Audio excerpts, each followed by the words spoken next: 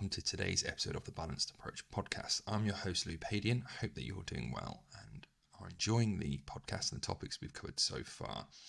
These podcasts are released every Monday, Wednesday and Friday, so be sure to subscribe wherever you are listening to be kept up to date. So today we are going to be tackling the age-old goal or myth of hitting 10,000 steps a day.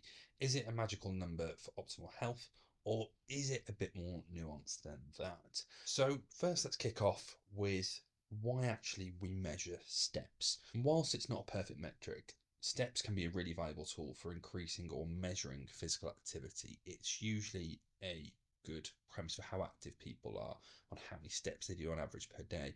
They tend to have a level of inaccuracy within them, as in with linking to how active people are, but also how accurately they measure steps. But that inaccuracy tends to be consistently inaccurate, so it can be a really good gauge for us. But also for people measuring their steps, there's a few different reasons why. So people can find it really useful for their motivation. So seeing people measuring their steps can actually nudge them to move a bit more throughout the day. So checking in, seeing how many you've done gives people those mini markers that they might expect to move throughout the day.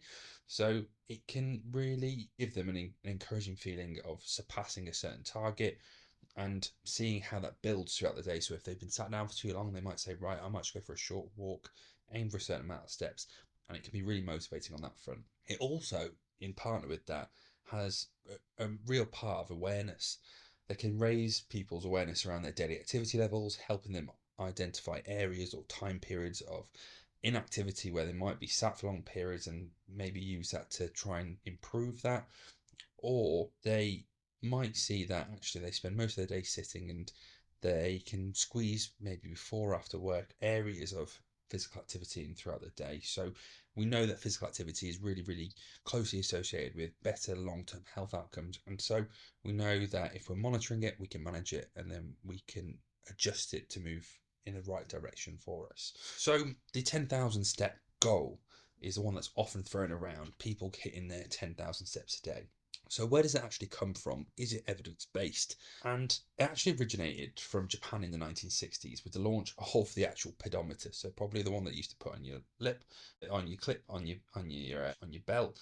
And it was called the Manpo meter, meaning 10,000 steps per step meter. And it was actually just part of a marketing strategy, not based on scientific research. And it really kicked on from there, and people have used it as a good marker.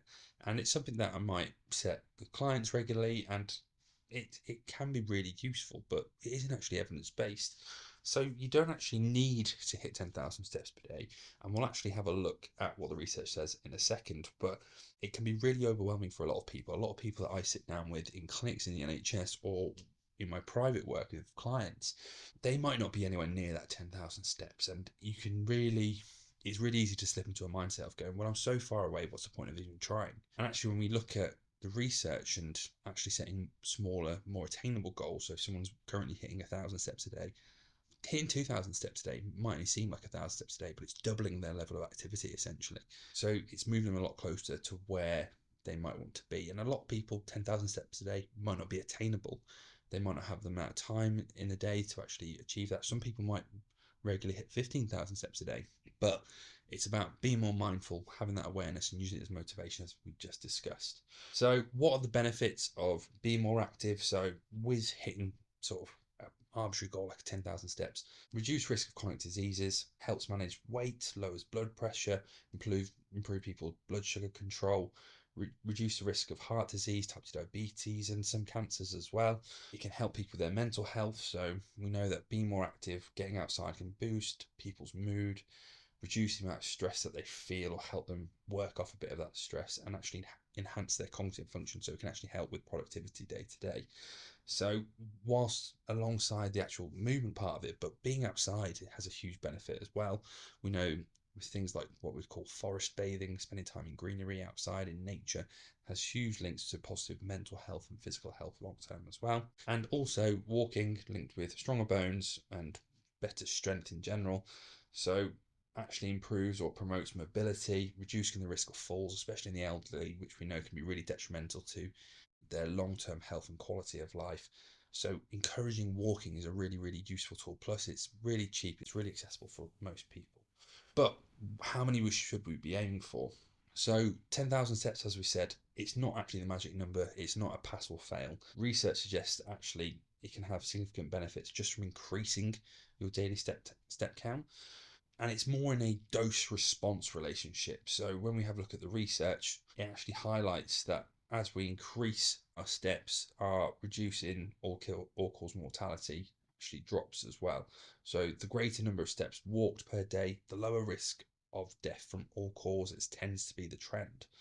What they actually found in the research is that the sweet spot might be around 7,000 steps. Yes, there might be further benefits from doing more steps than 7,000 steps, but the greatest gain is towards that, or the greatest drop in those risks from all cause mortality is towards that 7,000 mark. So if we're currently at 5,000 steps a day, trying to hit that 7 is really worth pushing for.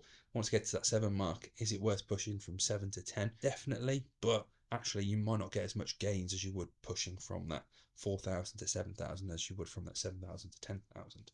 Again, it's this sort of mass studies looking at massive trends across thousands of people. So on an individual basis, again, there's lots of things to consider there. But the general trend is actually if we can hit 6, 7, 8,000 steps a day, we're well on our way to getting the majority of the health benefits from there. Yes, there's lots of other things to consider in there around your diet, around your general lifestyle, management of your stress, but physical activity and walking play a big part in that.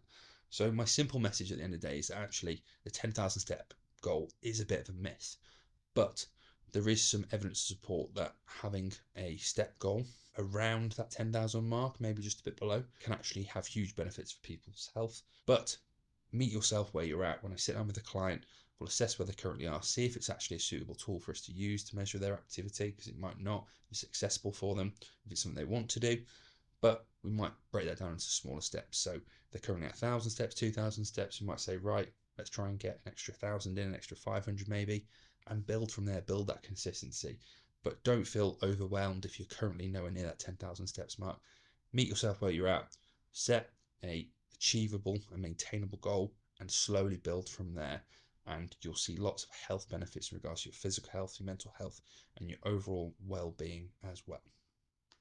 So there you have it. Thank you very much for listening to today's episode of the Balanced Approach podcast. If you have any questions, queries, or would like to reach out to me, please do.